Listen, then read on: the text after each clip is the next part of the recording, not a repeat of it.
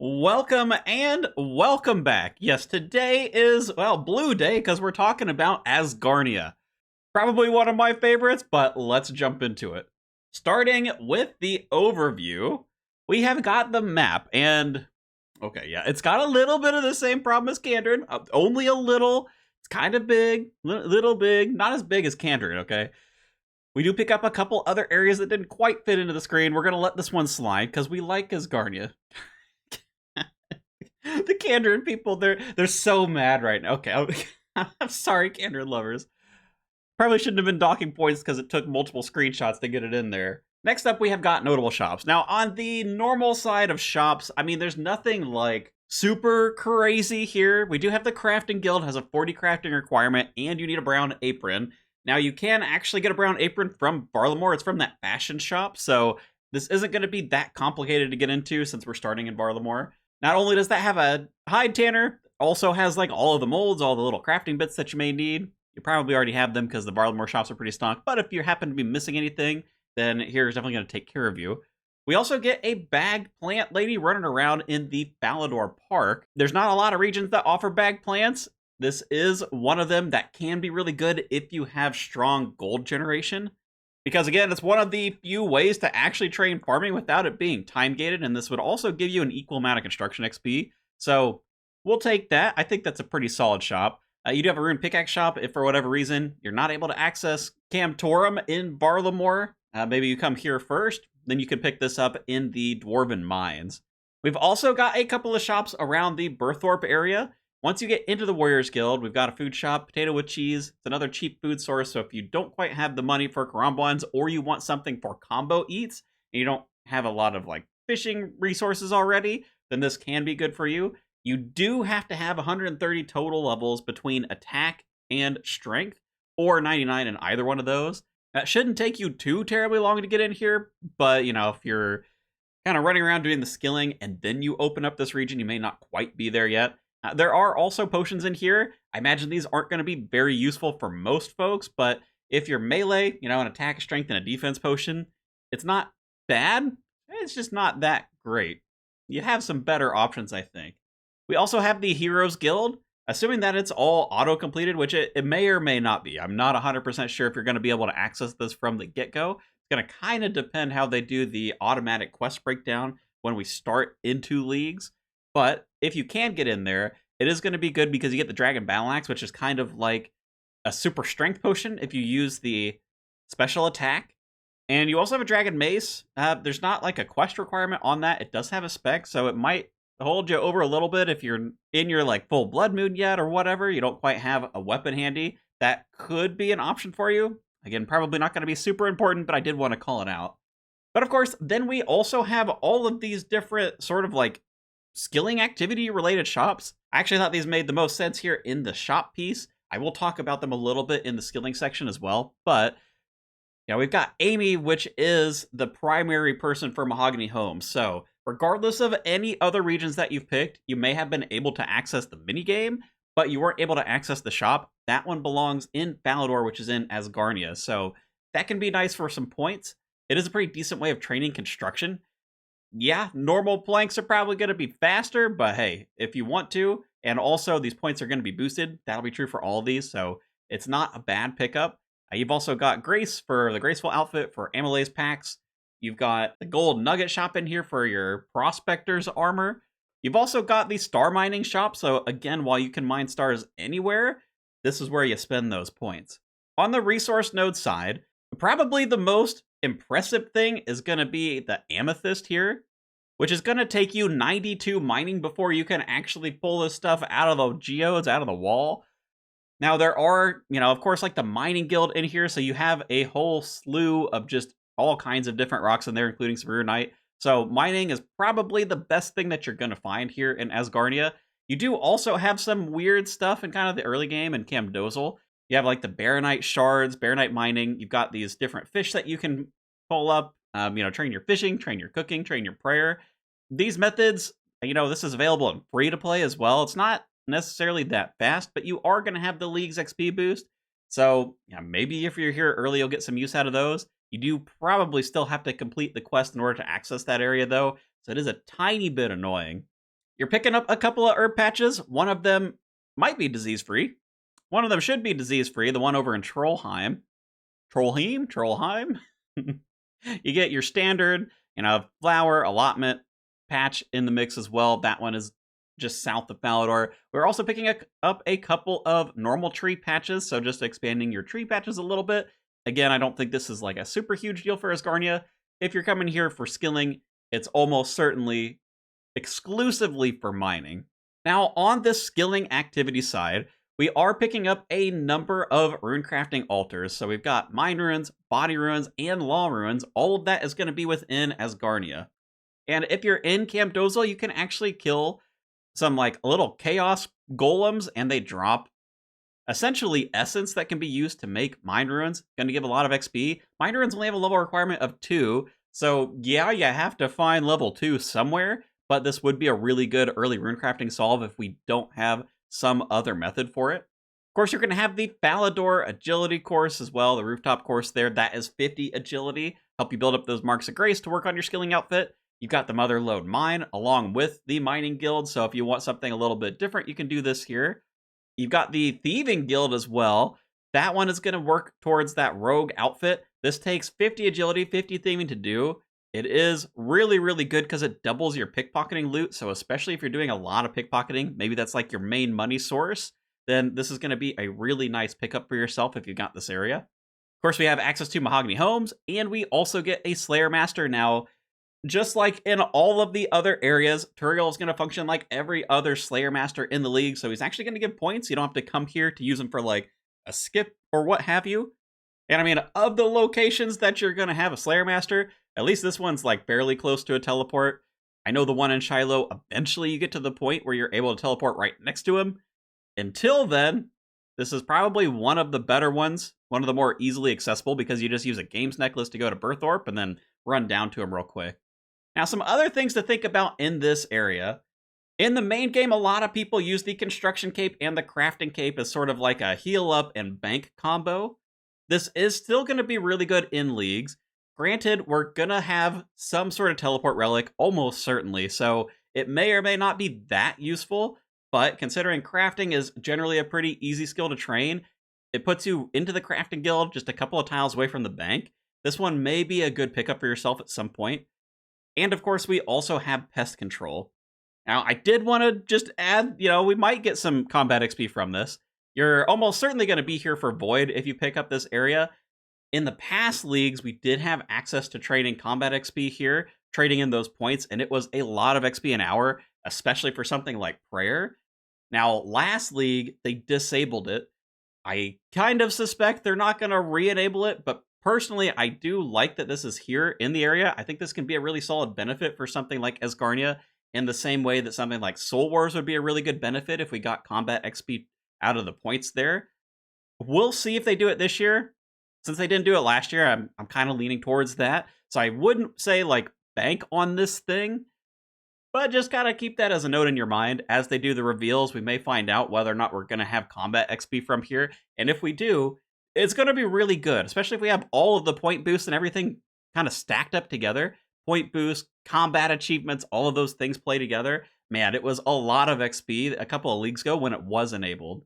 I also wanted to quickly talk about Gommel's Hilt. Now, some of you guys may have been thinking, hey, you know what, combat achievements, those are great. I'm glad I can do them, but how on earth am I going to claim the lamp? Well, normally this is in Asgarnia, right outside the Warriors Guild, but this is not a unique thing for Asgarnia. Last league, they allowed you to claim this from the league's NPC. So I don't want to consider this as a piece of Asgarnia here, because I have a feeling that they're going to let everybody do the same thing again this year by claiming from like whatever the league's NPC is, whether that's Yama, the Demon Butler in his lair, or whoever. On the mobs and bosses side, for the mobs, we don't have a lot of impressive things that we can go through. We have a lot of like different Slayer creatures between the God Wars dungeon and the Taverley dungeon. Is it like super awesome drops everywhere? And not really. It's just kind of like general access to stuff. But we do get spiritual mages. So if you want to hunt for dragon boots, it's kind of like a mid-game-ish option for you. They are a little high up there in Slayer at 83. Wyverns do have an unstrung rune crossbow, which might be helpful for you too. That's at 72 Slayer to kill those. That's in the Asgarnia Ice Dungeon. Black dragons, maybe you want to camp those out, get some hides for crafting, get the bones, work on that visage. And of course, the big thing is going to be the Warriors Guild going for the defenders. Those are also here as well. But I think probably the biggest reason that you are picking this region is because just look at all of the bosses that are available to you. Is it cheating because half of them are in God Wars Dungeon? Maybe. But you know what? I'm going to count them all individually, and hey, if we want to get real crazy, we can count the Royal Titans individually too. I'm not going to go that far, but hey, it's still a lot of bosses in this area. Now, on this list here, the worst is probably Cerberus because he has a 91 Slayer requirement, pretty high up there. Otherwise, everything is more or less free game. You've got the God Wars Quadrio. You got the God Wars, I'd say trio. What do you say for 4? Quad something. You got the classic God Wars NPCs, Bandos, Saradomin, Armadillo, Zamorak, these guys, they drop all kinds of equipment, and they're very easy bosses to fight for the most part. Saradomin and Armadillo are probably the hardest hitting, so those might be a little bit challenging to get into compared to the other two, but honestly, I think all of them are going to be pretty easy for you in League, especially if you're in the mid-game. We've got Nex, which has some of the best in slot for both melee armors and also for range, picking up the Zerite crossbow. We have the Whisperer. We don't talk about the Whisperer, okay? It's not a great boss here in Leagues, but it does exist, so if you want to count those drops, I mean, they're here. Desert Treasure 2 drops. Yay! Always so rare and always such a pain in the butt to farm out, dude. Cerberus, like I mentioned before, the 91 Slayer requirement, but he does give what used to be best in slot boots. We'll have to see if we get the full treads from Doom and Varlamore, because that definitely would make Cerberus a little bit useless. If they aren't the full treads, then that would be kind of cool, because then you can get these boots from him and put those into the treads for more stats. We also do get a Smoldering Stone from him, which can be used on the Dragon Tools to make them like, the burning equivalents, give you some mixed XP if you don't have that particular Gathering Relic. That might be nice for you guys. The Mole chilling out here in the corner. Is he like a crazy good boss? No, but he is quick to kill, and he does give you mole parts, which are going to be great for making brews, which could be a really good herb lore training method for yourself. And then, of course, the Royal Titans. These are the new kids on the block in Asgarnia, and they give you the Twin Flame Staff, the Desiccated Pages, which, since we start in Varlamore, can actually be used consistently for runecrafting XP. You use these on like an altar, they turn into soiled pages, and it just gives you a little bit of XP in runecrafting, which has historically been one of the worst skills to train. I doubt you'll get enough pages to go to 99, but honestly, I mean, you could farm this out, and you could do that with the League's XP boost. It may not be that crazy of a thing to go for. But of course, each of these guys also have an upgraded prayer that you can get for both range and magic, so those are going to be kind of nice mid-game prayers for yourself, but we'll talk about that a little bit more as we get into the gear and the routing a little bit later. Now, last year, our Echo boss was Cerberus. This kind of sucks because of the Slayer requirement. 91 does take a while to get to, and the weapon that we had was the Dog Sword. I know a lot of people like the Dog Sword. Unless you had like a crazy special build, is it that big of a deal? I mean, it's fun. It's a fun weapon. It's just like, it probably wasn't game-changing for you by the time you got to 91 Slayer. So, this is a pretty middle-of-the-road Echo for me. And because of that, I am really hoping that they change it, because I would love to see Echo Royal Titans. It's the newest boss in the region. I even think that they've got space for essentially like an upgraded Twin Flame Staff. Now, for those not familiar with this, the Twin Flame Staff will detect whatever the elemental weakness is and automatically cast the related standard spell against things, all the way up through the wave spells, the ones that use blood runes, but it does not do it for the wrath spells. Now, I think this is where we could see something cool. Maybe we get a double casting wrath, standard spell type of setup from these guys. Considering we also get the prayer from the normal version, that could be a really interesting take. And since this region doesn't have wrath runes, maybe it just supplies the combat runes for you straight up. The normal staff will supply fire and water runes anyway, so that could be kind of a fun setup. And this would also make for like kind of a mid-game Echo boss. I know we've had a spread in the past.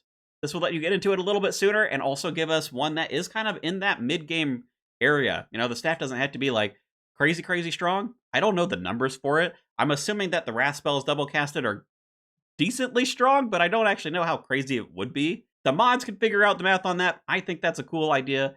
But let me know what you guys think down below. But moving on to the gear. Now, there is a lot of gear in Asgarnia. A lot of it is going to be devalued by the fact that we have moons. And Blood Moon specifically is kind of going to dominate these earlier sections of Melee because Blood Moon is just that strong. So I think realistically, what you're looking at gear-wise, probably something more like this. Now, it's still not a bad spread for Melee, and in fairness, Bando's armor is tankier than Blood Moon, so there may still be some use cases for you, but I think when you're coming here, you're probably looking more towards the end-game gear. I will talk about this when we get into the rounding section. I don't love Nex as a farm, so I don't know if this is exactly what I'd be going for. Same thing with the Whisperer, but we'll circle back to that.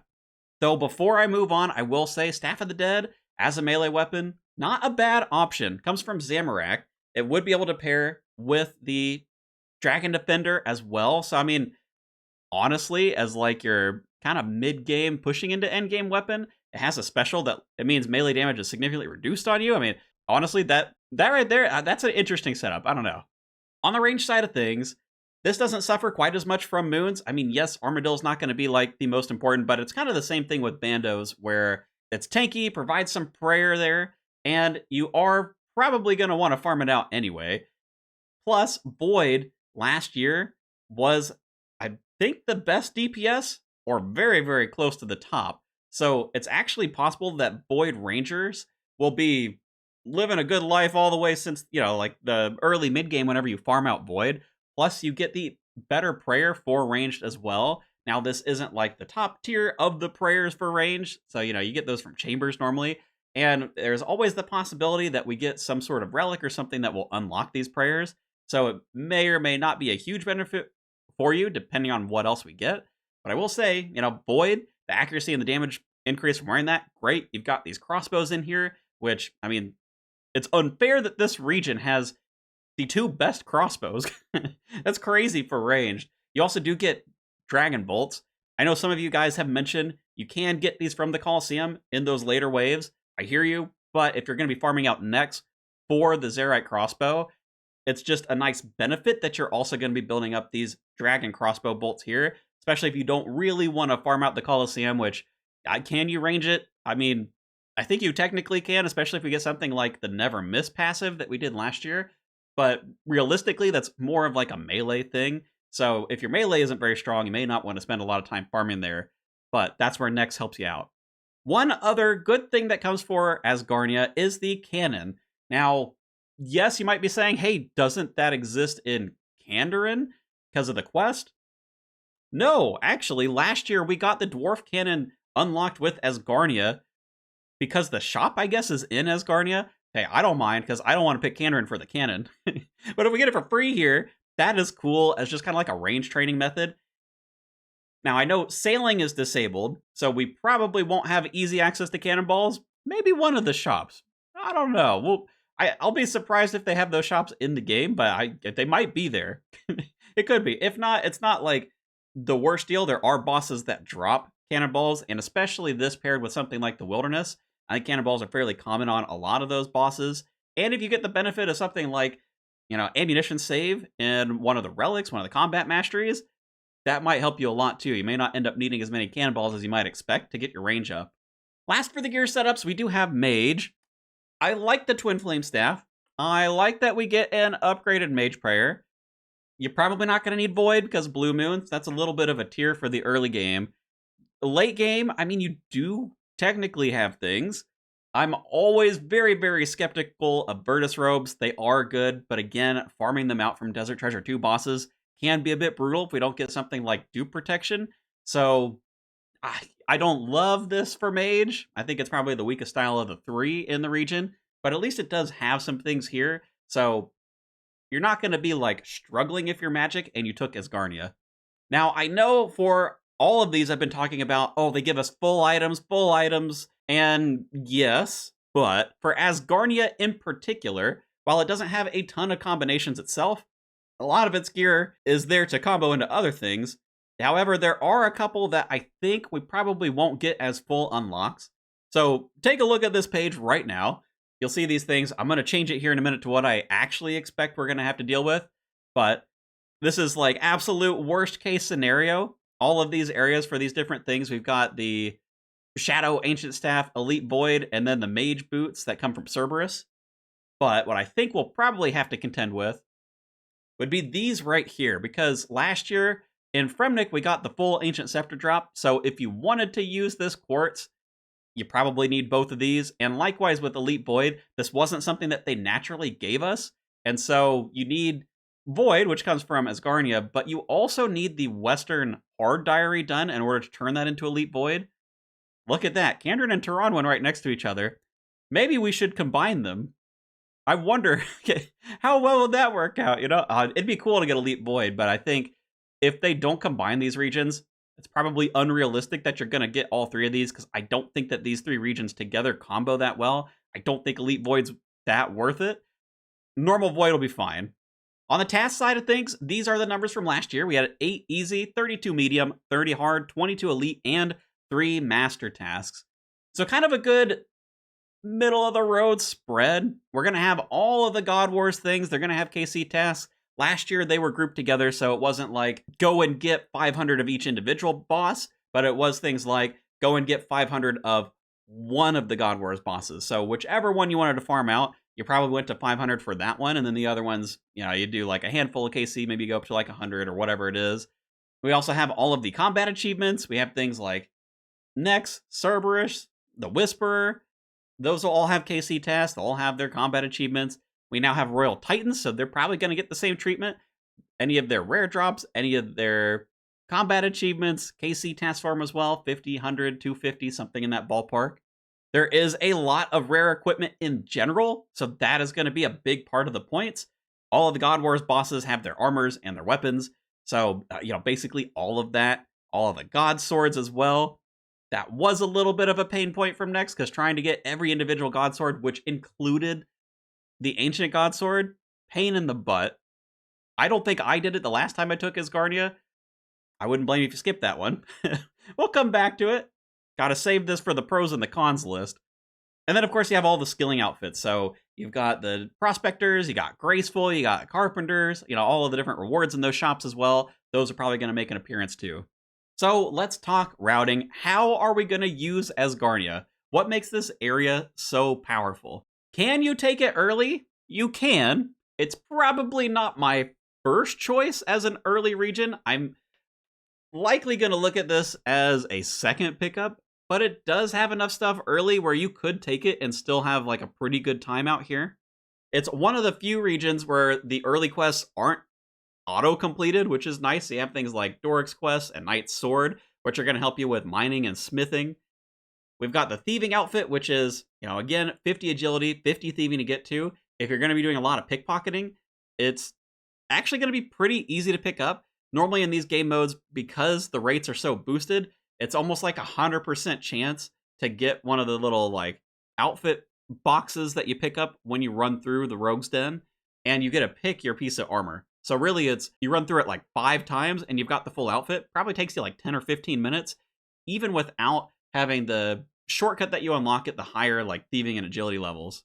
You will have the Motherlode mine, so maybe working a little bit towards that outfit, kind of getting your mining up, getting those gold nuggets stocked up. That could be something that you do early. Push you towards the mining guild as well. Try to get some of those higher tier mining tasks, since there is a lot available in Asgarnia for mining. You can also go into Camp Dozel. Again, I don't super love these methods, but they do exist. They're not going to be like great, but they're also not going to be horrible. So yeah, I don't know if I would go all the way as far as like the Bear Knight Mace may have a task. That one is going to be really time consuming, I expect. But yeah, if you're just going to go in there and use the methods, it's a good place to train up combat, maybe get some of that rune essence, work your way up towards, you know, the 20 rune crafting requirement for Moons, or the 52 requirement for Doom. Not that you're going to Doom yet, but if you want the Arkham Blade, you know. And the fishing, it's all right. You know, it trains your prayer up, trains your cooking up, and your fishing. So you are going to get a lot of value out of this if you are here early. It is a little annoying because typically the quest isn't auto-completed, so you will have to do that quest. But It's not like a super long thing to do. And of course, bag plants, if we have like a GP generator, that one's going to be great for farming, going to be great for your construction. Bump both of those up immediately to like 50, 60, really, really fast. I'm also putting the Void Knight here. If, big if we get XP from this, pest control could be a good spot to train if there's enough people there early. And if they enable the XP, we probably will have enough people. So when you're there, you're like 40 combat. It could genuinely be worth just coming here, sending a couple of games. Maybe. It is going to get significantly better over time because as you complete combat achievements, that's going to stack. As you open up, the different tiers of relics, you're probably going to get better minigame point multipliers. So I don't know that I'd go super hard here.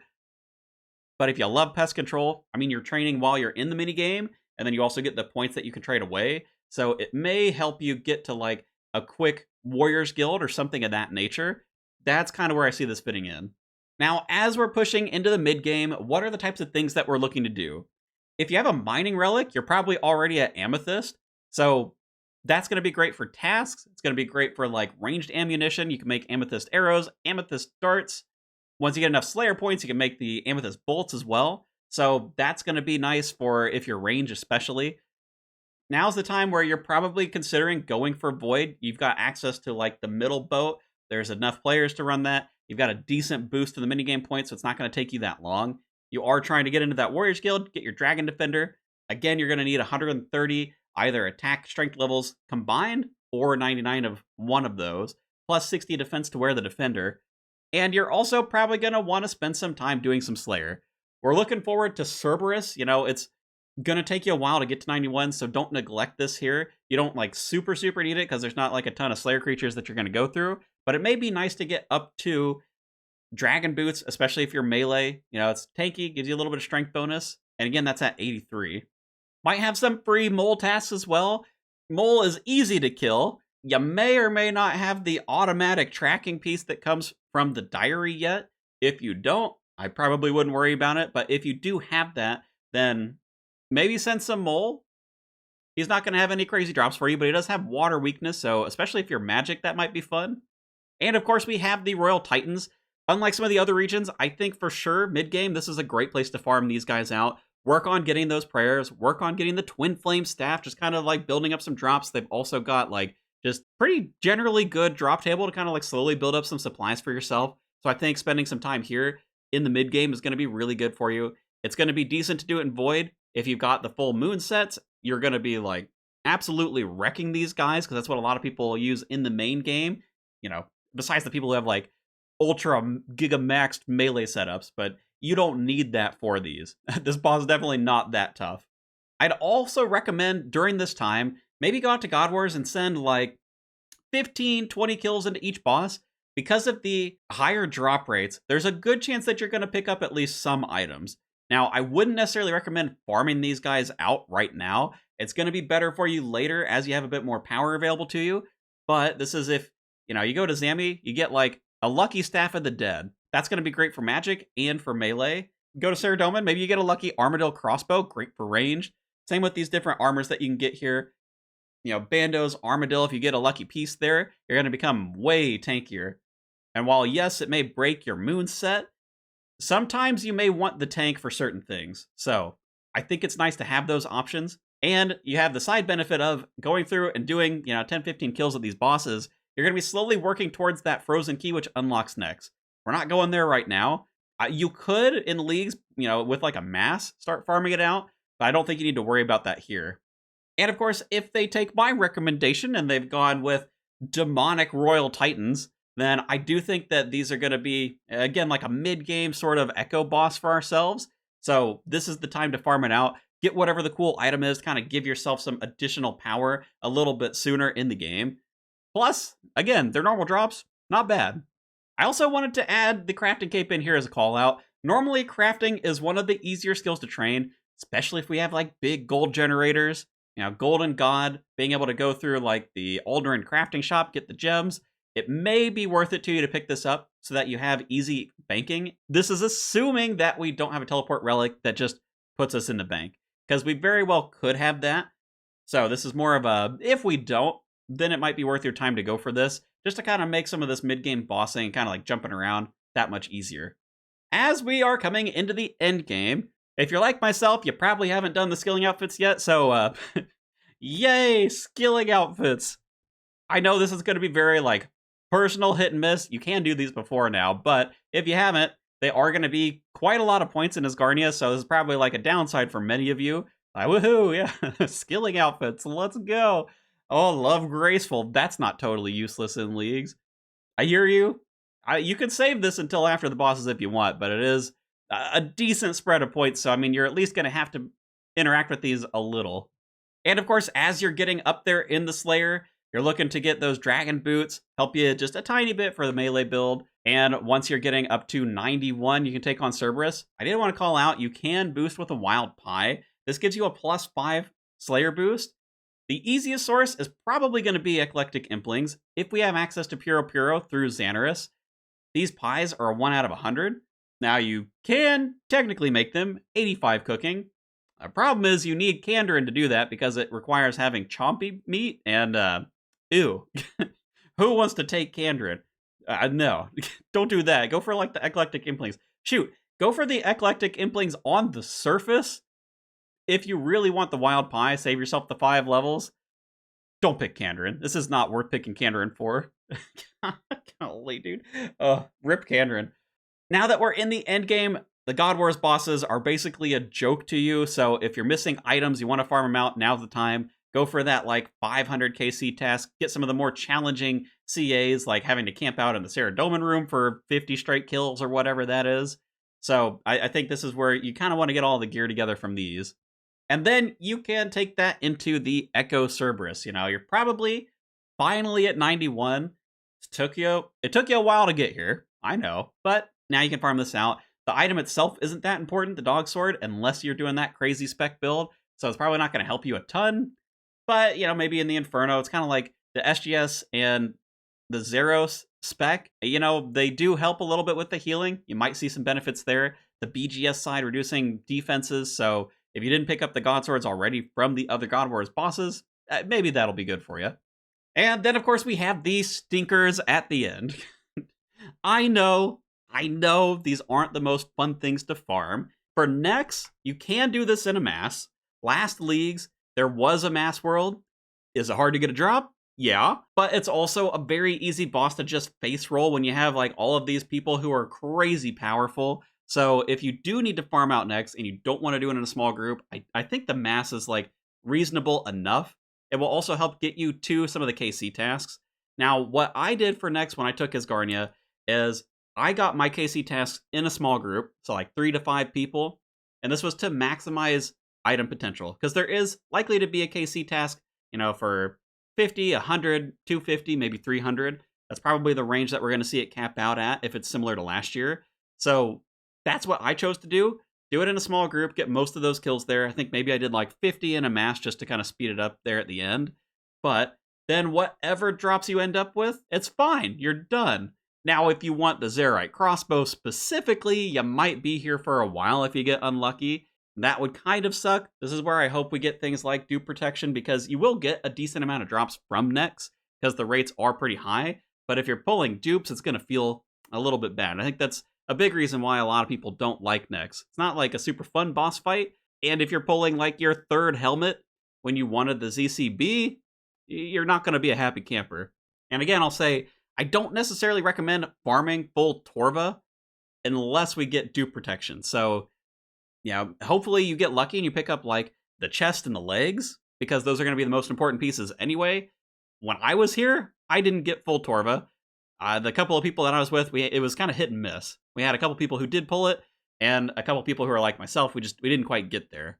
And then, of course, we have the Whisperer, who's been staring at us quietly. Very on brand. Can you farm it? Yes. Should you farm it? I don't think so. The phase mechanics are annoying when you're crazy strong. Yeah, do like one hit, and then you're waiting for the phase to do its thing, and then you're like having to interact with that. It is annoying. Whisperer also struggles with the fact that all Desert Treasure 2 bosses have the same problem. The drops are really, really rare, and so, again, unless we have something like dupe protection, the robes are just a pain in the butt to get. You know, the ring, you're going to have to get multiple times in order to like actually get the ring. And same thing with the axe. You're gonna have to pull multiple axe pieces. So I don't love this boss for farming. This, again, the same problem that I have with the Desert Treasure 2 bosses in general. And this is a mage specific boss. So if you're here trying to get your axe, you might not be strong in magic. You're probably going to have a bad time unless relics or combat masteries kind of carry you through that. So what I will say for the Whisperer, what I would do, get the low hanging fruit tasks. So like 1 KC, 10 KC, 25 KC, something like that. Some of the easier combat achievements. If you do end up with some orbs, you can try the Awakened version. The Awakened version will probably be less clunky than the normal one just because it has more health, so it won't feel quite as bad, but it is less forgiving, so I wouldn't necessarily get like stuck into it. You don't have to beat it. Just, whatever you get from like 25 KC, that's probably where I would stop. Whatever that lower KC task is, maybe 50, but I think that's pushing it. So pros and cons, when would I take this place? Well, there is a lot of gear in this region, so I do like the coverage, generally speaking. Yeah, it's not always best in slot, but it's just like good all around. Now, Varlamore does kind of take some points away from that because of the Moon's gear. You're going to have 3 different armor sets, so you're going to have a lot of opportunities there from Varlamore, so it's a little less important for Asgarnia this year. Now, out of the combat styles, I do think range has the best setup. Melee is definitely still good. Mage, let's talk about it a little bit. Range not only has the best in slot crossbow, but it also has amethyst ammunition, which is only topped by dragon, and dragon isn't always easy to come by, kind of a pain in the butt sometimes. So that can be good to kind of help fill the gap there while you're working towards building up the dragon ammunition for some of your other weapons. On the melee side, it's got a good showing.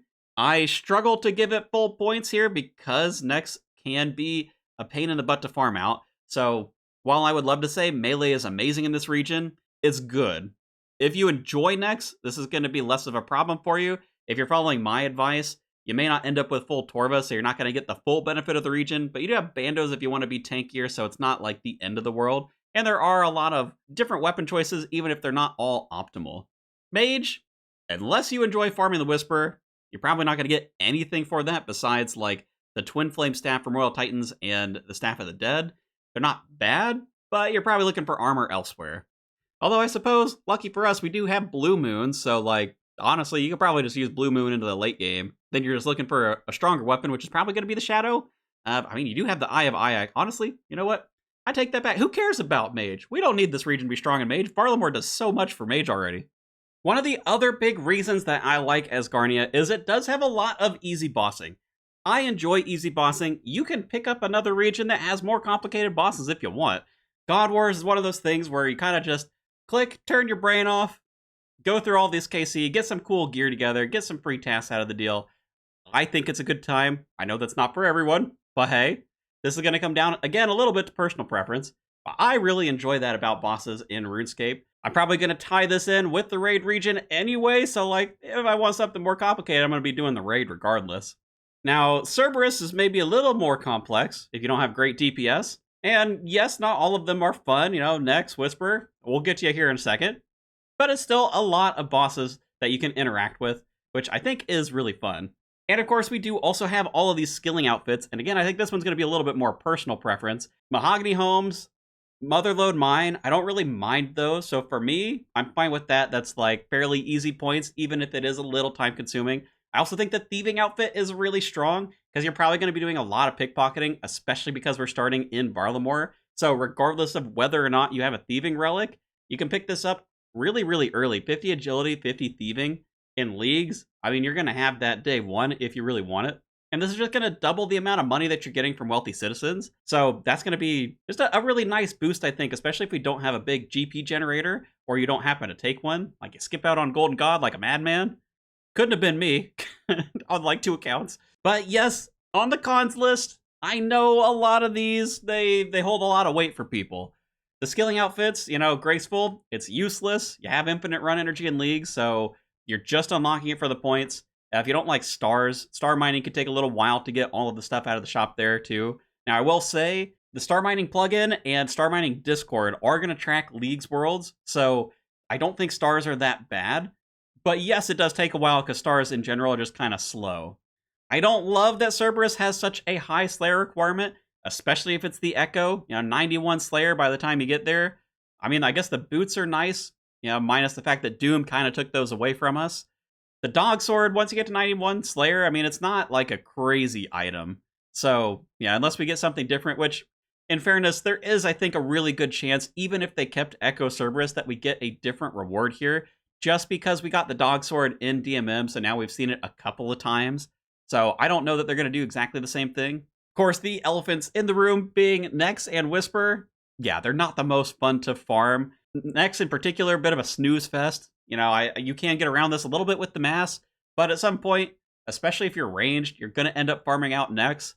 And unless you get lucky or they give us drive protection, probably not going to be that fun for you. So just kind of know that as you come into it. And same deal with the Whisper.